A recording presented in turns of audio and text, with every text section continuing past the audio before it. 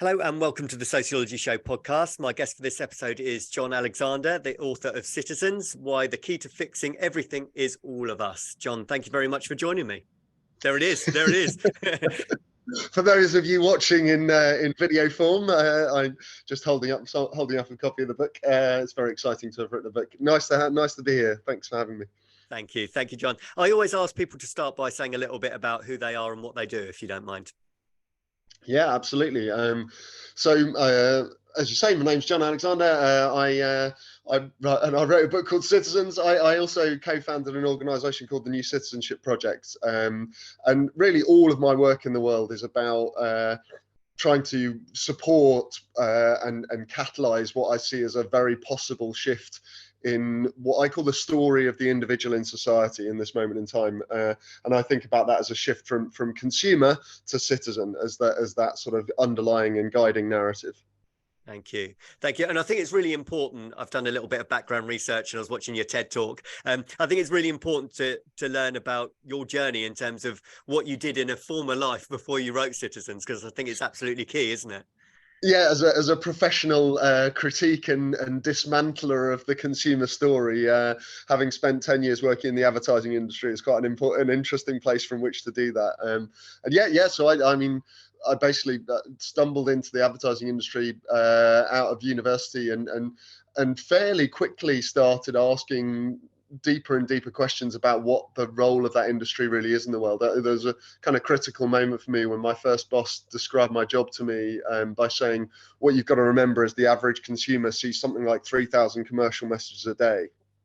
And this was back in 2003, by the way. Yeah. And he said latest studies suggest anything up to 10,000 a day for certain cohorts and so on. And he said at the time, and your job is to cut through that. You've got to make yours the best.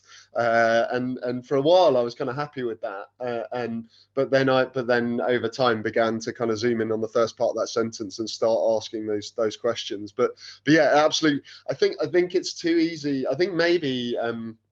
One of the ways I've come to think about this work, and I don't always go as far as this, but I think I'd love to talk to you about this as a trained sociologist. I sometimes think I've come to think of the advertising industry essentially as a kind of priesthood, and I've come to think of consumerism actually almost as a religion.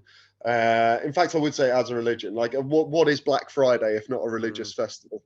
And so I think we tend to talk about consumerism very lightly as the sort of and equate it with overconsumption, right? Like we tend to allied those two things together, and I think maybe because of working in the advertising industry and because of being in that world and understanding its structures and being successful within it, I've come to stare at it much more closely and think about it quite a lot harder.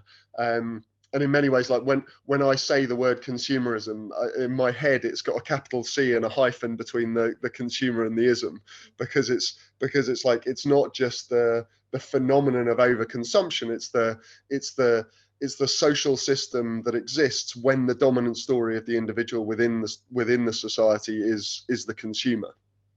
And so that's what I'm really talking about, and it definitely comes from being within that industry, right at the coalface of it, right at the kind of pinnacle of it. Actually, it's in some of London's most successful advertising agencies, and asking deeper and deeper questions about what I was doing. And you mentioned there was kind of a pinnacle point there when you realized the number of messages we're getting. Was there anything else working in that world that really struck you? Were there any other sort of light bulb moments where you thought, wow, this is shocking, this is scary? I mean, I wouldn't call them light bulb moments. I'd call them more kind of dagger to the heart moments, to be honest. Yeah. I mean, yes, there's sometimes like there are all sorts of moments. One in particular stands out. I remember I was in a Christmas meeting for a major retailer who shall remain nameless. And the first bad part of this was that Christmas meeting was in about April. but then what we were we were going through the list of hero products. And I remember we got to the £1 Christmas tree. and someone at the table said, "Ah, the £1 Christmas tree, you can almost smell the exploitation," and everyone laughed. And it was one of those moments, like I say, almost the inverse of a light bulb moment. It's like when, as a young, like 20 something, kind of trying to make my way in a career, and you sort of, and you see this frame, this kind of this norm, this expectation that you're part of, and a conversation that you're in, and you sort of want to fit in, you kind of want to laugh with, but every time you do, you're kind of turning a flame down inside yourself. And so those moments, there was another, I think the moment that really booted me out of the industry really was, I was working on what should have been the kind of dream brief, which was for Unilever, and it was about kind of the brief they came to us with was help us create some advertising that gets people to look for sustainable palm oil, and to challenge what's in their products. And I remember I was very interested at the time in the relationship between activism and conventional activism and big business, and Unilever had actually set up the roundtable or been one of the founding partners of the roundtable on sustainable palm oil, actually directly in response to a Greenpeace protest, where Greenpeace activists had been dressed as orangutans on the Unilever headquarters and draped banners and this sort of thing, and so what we did, the advertising we proposed had images from those protests and the line, "This was our wake-up call, this is yours." And the idea was to sort of say, to endorse activism, and obviously, and to sort of encourage people to be part of to endorse that, and as a means of creating change, endorse what the company was doing, and to really grab the attention. And in the research we did, all of those things were happening. But then the advertising sort of went back to client, went up through the chain of command and so forth, and then came back cut, budgets cut, the idea cut, and the advert that ran was mandated by the client, and it was a beautiful image of the rainforest with the line, "What you buy in the supermarket can change the world." And it was this, I mean, I think of these sorts of things, these sorts of communications, basically as, it's a pretty horrible phrase, but I think of them as basically saying, "Shush, little people, just go shopping." Yeah. Like, it's that narrative that says your only agency is what you buy. Yeah. And your only agency is individual. And this for me is really at the heart of what I call the consumer story. The idea that the sort of the moral and the mode at the heart of that story is that the thesis for how we achieve the best society is that starts from the premise that people are inherently self-interested, that's who we are as human beings, and that therefore the best thing we can do is try and find ways to aggregate that self-interest up to the collective interest, that the best outcomes for society will result and can only result from the best possible aggregation of individual self-interest. And I think that basically that story is fundamentally, I mean, it's based in what I would consider, what I strongly believe to be false assumptions, but it's also a deeply limiting thesis when it comes through in the form of communications like that. Is because it ends up manifesting in these communications that essentially say, "Shush, little people, just go shopping." Well, yeah, I was going to ask you about that, because again, you mentioned that in your TED talk. Where has that come from? This idea that humans are inherently greedy and selfish. That's not necessarily true, is it? In fact, the complete opposite. So where has that narrative come from? I think it's been, like, it's quite a deep question. I think you can go right back to sort of Sigmund Freud and Eddie Bernays and the idea that sort of came through after the First World War, really, that this was the, like, that great evil had resulted from deep human nature, and that therefore what we would need to do in order to avoid it ever happening again would be to sort of manufacture consent. Engineering consent was the Eddie Bernays phrase. I think then it's sort of built up in many ways, and is supported by things like by sort of slightly apocryphal sociology and psychology experiments. You know, the Stanford prison thing. I mean, and then in interpretation of some of the sort of key literature and scientific studies of our times, like the Richard Dawkins phrase, the selfish gene, where actually he's not even necessarily saying that humans are inherently selfish, but that's how it's been interpreted. And so I think it's a messy mixture of kind of half truths and storytelling that comes together into a deeper narrative. I mean, the out of the two world wars, I think that these are the assumptions that the kind of institutions, the structures and institutions of our time were built out of. You had, I mean, the European Union originated as the European Coal and Steel Community as a kind of trading body, because trade was the way to peace. Because if you could meet people's material needs, then you would avoid war. The Universal Declaration of Human Rights is rooted in the idea of the protection of the individual, and this idea that we could, like all of these structures, the World Bank, the IMF, this notion of like trade as the structural and material interests as the key thing to satisfy in order to attain peace, like have become the kind of the pillars around which we work.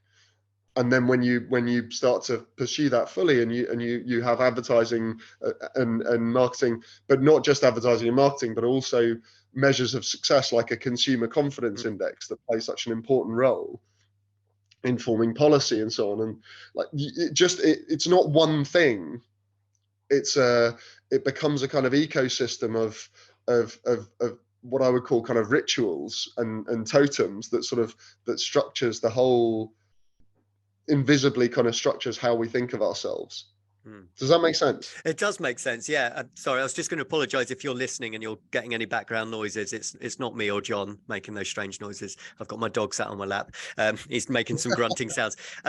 In terms of the identity, that was going to be my next question. Actually, was what does mass consumerism, a saturation of consumerism, what does it do to us? And you've talked about anxiety, for example, but what does it fundamentally do to us as humans growing up in that environment?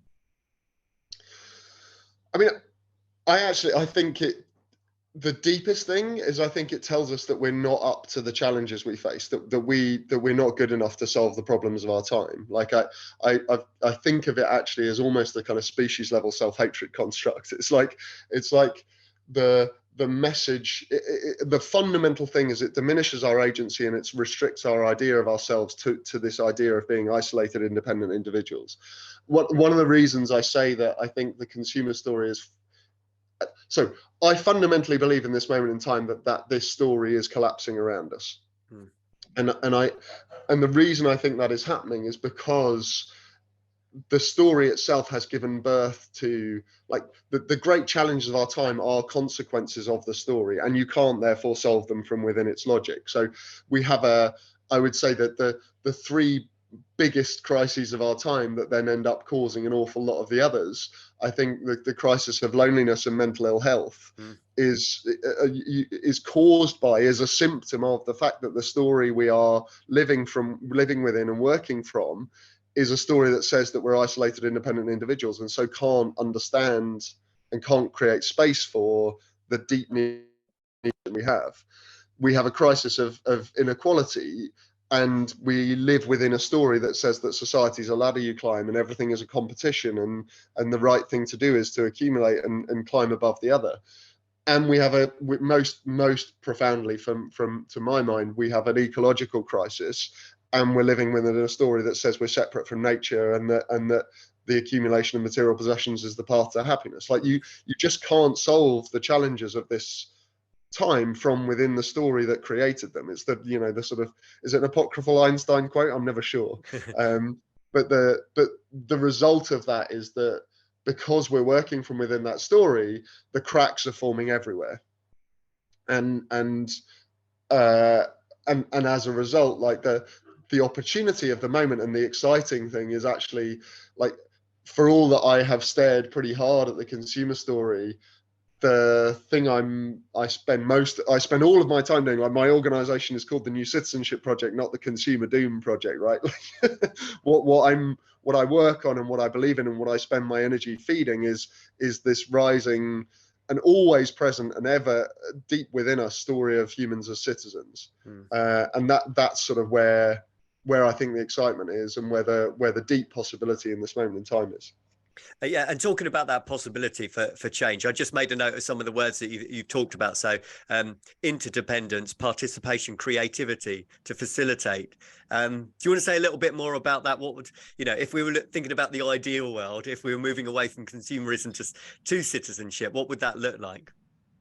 I mean, the first thing I'd say is I don't think it is an ideal world. I think it's one of those the another sort of random quote that sort of flies around in society. No one's ever quite sure where it originally came from. The thing about the future's already here. It's just not evenly distributed, right? It's like, but the heart of the citizen story, and actually maybe I'll at this point also introduce the third story that I talk about, which is the subject story, because I think that the deepest truth of the moment in time we're in, I think, is that actually or rather the deepest risk of the moment in time we're in is that too many of us can only see two possible futures. We can see the consumer future, the sort of the continuation of the status quo, the rebooting of it, and at the same, and we can see what I would call the subject future, the return of an older story, the subject story, as in Subject of the King, where we rely on strong leaders to tell us what to do and to give us protection in return for obedience, and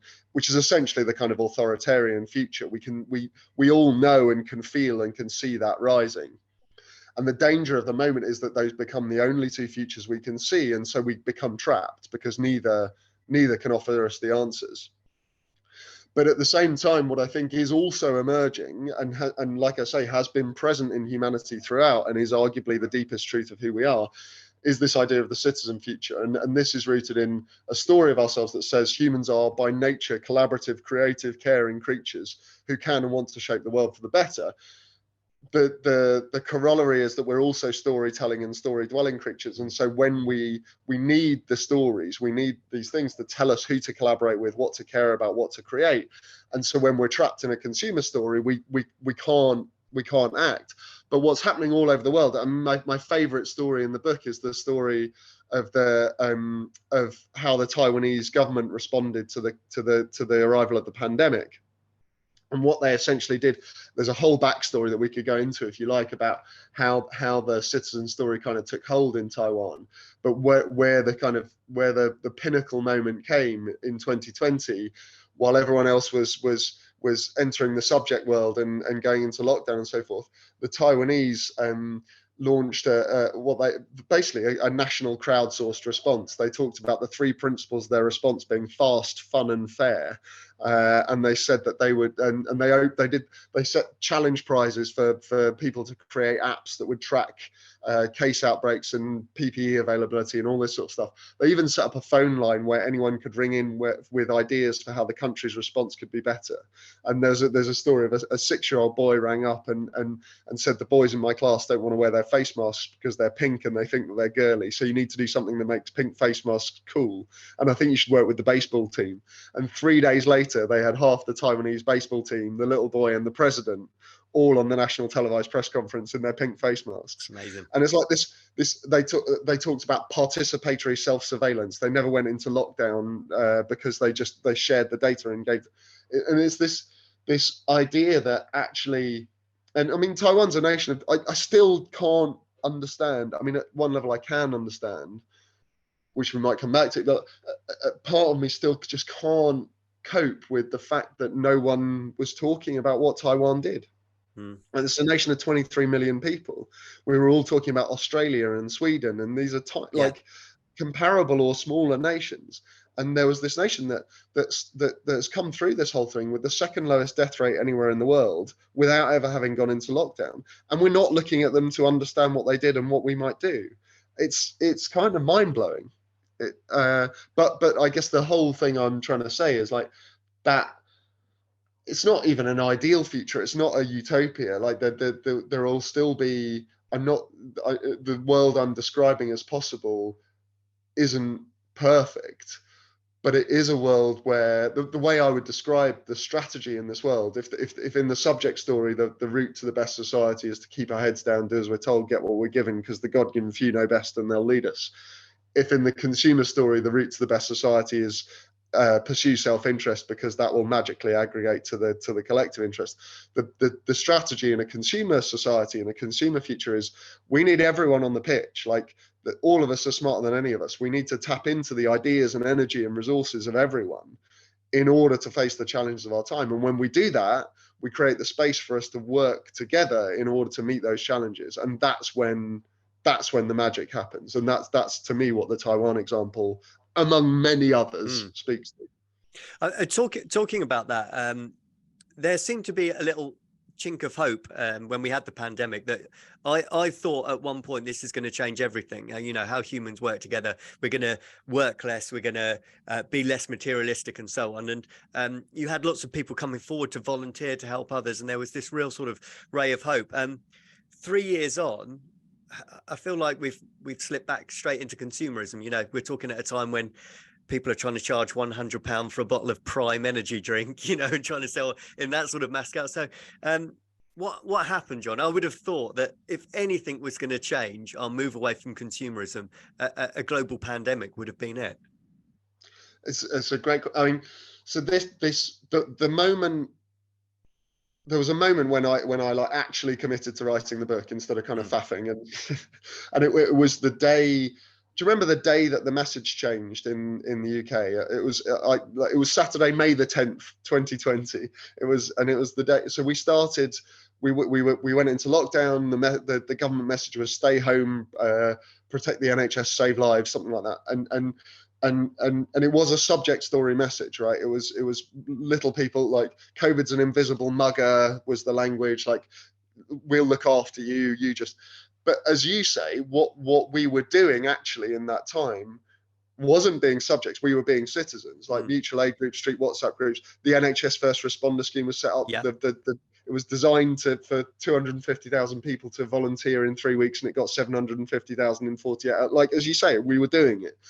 But then the critical moment, and this is really, like, speaks to the deep power of these stories, I think. When the UK's death rate exceeded Italy at the start of that week in May, the government message had to change, because they couldn't stand by this sort of subject story anymore. What they did, though, was they shifted to the consumer story. So that the message went from stay home to stay alert, control the virus, save lives. And stay alert was a message that said individual responsibility.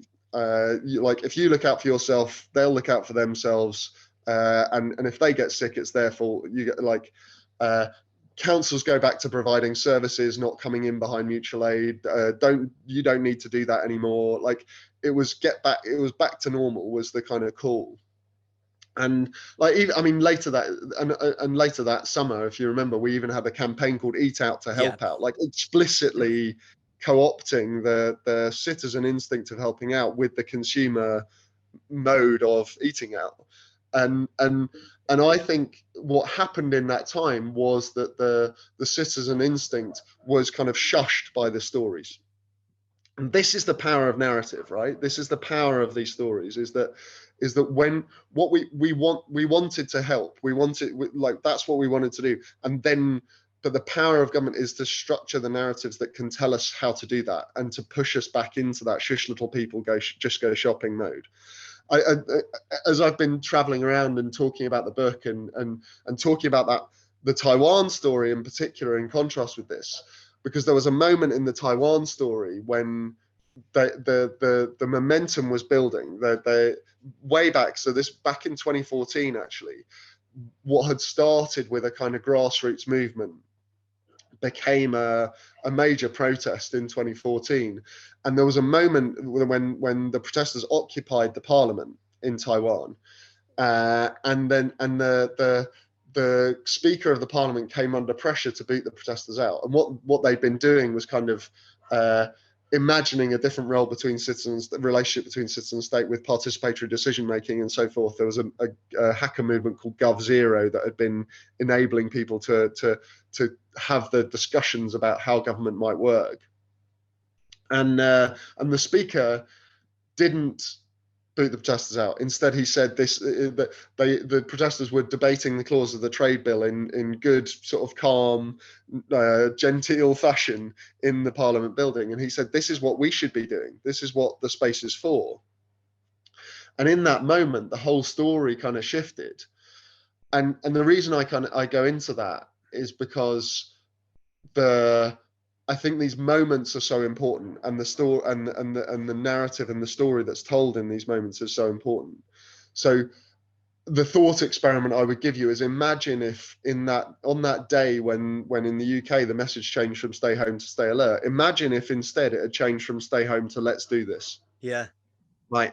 By that time, the Taiwanese government had published in a list of 154 different things that they'd done, like a step-by-step for governments around the world in an English language journal. The stories about the phone line and so on were all public. And imagine if the story had become let's do this, if the government had come in behind councils to say let's support what you're doing to support mutual aid groups, if it had supported schools to sort of formalize the production of PPE, if it had set up the phone line where ideas could be contributed. Like, these things could have happened, and if they had, I think we would be in a similar mode as Taiwan is now. And this is where I think you can take a kind of you can see that as a story, as a thought experiment that makes us powerless because it depends on government, or you can see it through a different lens. You can see it as a story from which we learn that, a thought experiment from which we learn that we are so close actually to being in a very different place. And where I'm putting a lot of my work and energy at the moment, sort of drawing on my background in communication strategy and so on, is trying to think about how we might build those moments. And right now, like, probably by the time this podcast goes out, there's a new David Attenborough documentary series going live in the UK called Wild Isles about British nature. And what we've done around that is brought together some of the UK's leading conservation charities to host a participatory democracy process that's generated what we're calling the People's Plan for Nature, such that when all the nation's energy, such that we have energy, because I think a lot of us are feeling pretty exhausted right now, but when that energy is focused on by King David on British nature, this sort of set of recommendations and asks that has been developed in a participatory, collaborative, open, inclusive way will be there waiting and ready. And the hope is, it's an experiment really in how might we create the moments when the story can shift.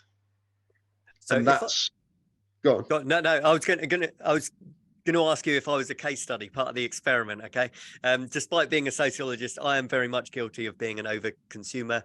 I really should delete Amazon from my phone because I spend too much there. I'm just aware I'm sat here in an Adidas hoodie as well. So if I was a case study in part of the experiment, what would the advice be? Well, look, firstly, this isn't about like criticizing anyone for consuming. One of the ways I put this stuff is like it's not about what the problem is, that what we are today is consumers who occasionally vote, and what we need to be is citizens who sometimes consume, right? Like it's not you're not a bad human.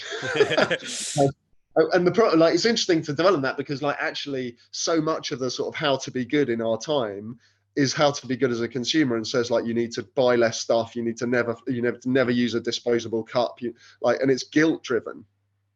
And this idea of being a citizen actually is about like finding your agency in relation to others. So my 3 steps for you would be like, firstly, well, actually, maybe it's 4 steps. The sort of pre-step is decide to believe in humanity, right? Like there is no citizening without believing in other people. So Yeah. that's and this sort of this like get rid of the selfish gene from your brain.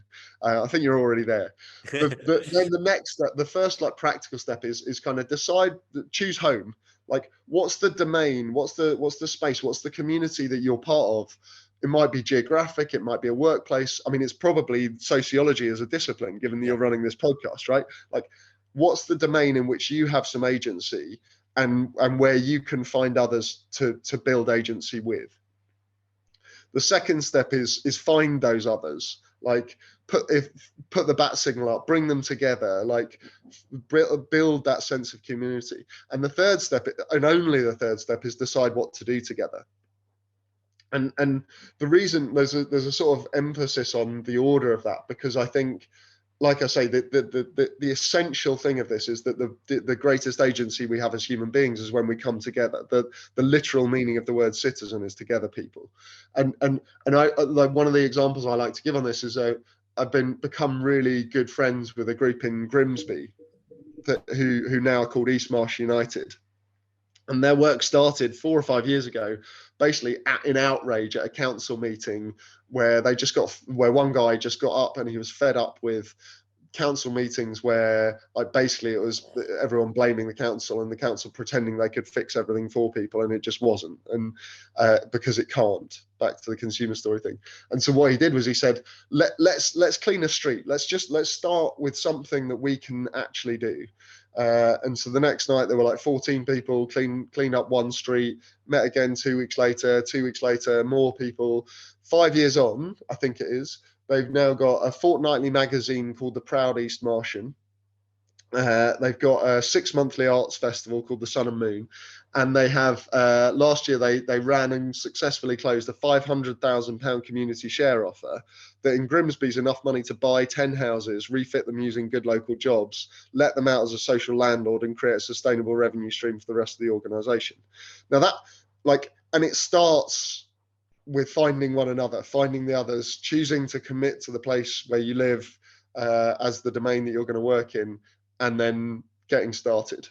And I think that like the joy I have in this work comes so much from the fact that it's not guilt based. It's not like you're a bad dude because you're Yeah. wearing an Adidas hoodie and stroking a pedigree dog who's very cute, by the way.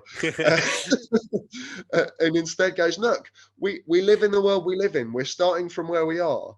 And when we find our agency, when we find it together, we are going to do remarkable things.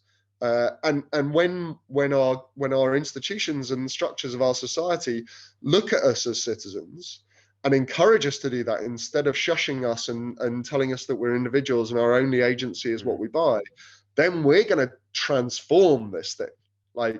And we are so close. It's inspirational, Jon. It's fantastic. It's fantastic. I'm just aware of time, and I wanted to give you enough time to do a bit of plugging, if you like. You know, that people listening might want to say, right, I want to go out and buy this book. So, do you want to tell us a little bit about how people can follow you, find out more about it, and get the book as well? Yeah, look, I mean, this is it's not just a book, right? Like, as you can tell, I'm sorry, I do get a bit overexcited No, by I this love it. stuff. I love it. but like it's a project, it's work, it's like and play at the same time. And so I love connecting with people. I love hearing more stories of where this is going on. I love connecting up those stories and helping however I can. I'm like my organization, the New Citizenship Project, is there and around newcitizenship.org.uk if you want to find us and come to a training or like see if we can work with you in some way. I'm on LinkedIn. I'm very active on LinkedIn. Jon Alexander without an H. I've got a website, jonalexander.net, where the book is, and I'm on Twitter and Instagram as the Citizens Guide. Like, you'll find me. Connect, like, share stuff. And if you want to buy the book, I'd love you to. It's a way to get deeper into this and find some tools. And yeah, there's so much more to come. So yeah, get involved.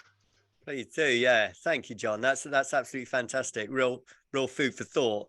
I've just been thinking about how to get your ideas more into the curriculum, actually, in sociology. You know, we do a lot about citizenship, we do a lot about culture, identity, and so on. And I think if we can try and get your work in there, slip it in there a little bit more into the textbooks and into the language, that would be fantastic. Well, there you go, my friend. If sociology is your domain, maybe this podcast can get some people together off the back of this episode, and we can have a chat about how might we get this stuff into the curriculum, how might we get this idea of story in there. I would love to be part of that and help with that.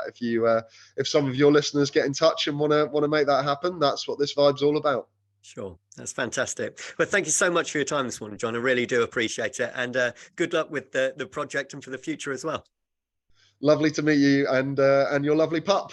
Yeah, Everyone should watch this episode on YouTube. yeah, watch it on YouTube. If you want to see Terence, you've probably heard him in the background. So if you want to see him, then do follow us on YouTube. The third vital member of the conversation. Exactly. Thanks very much. Thank you very much, Jon. Take care.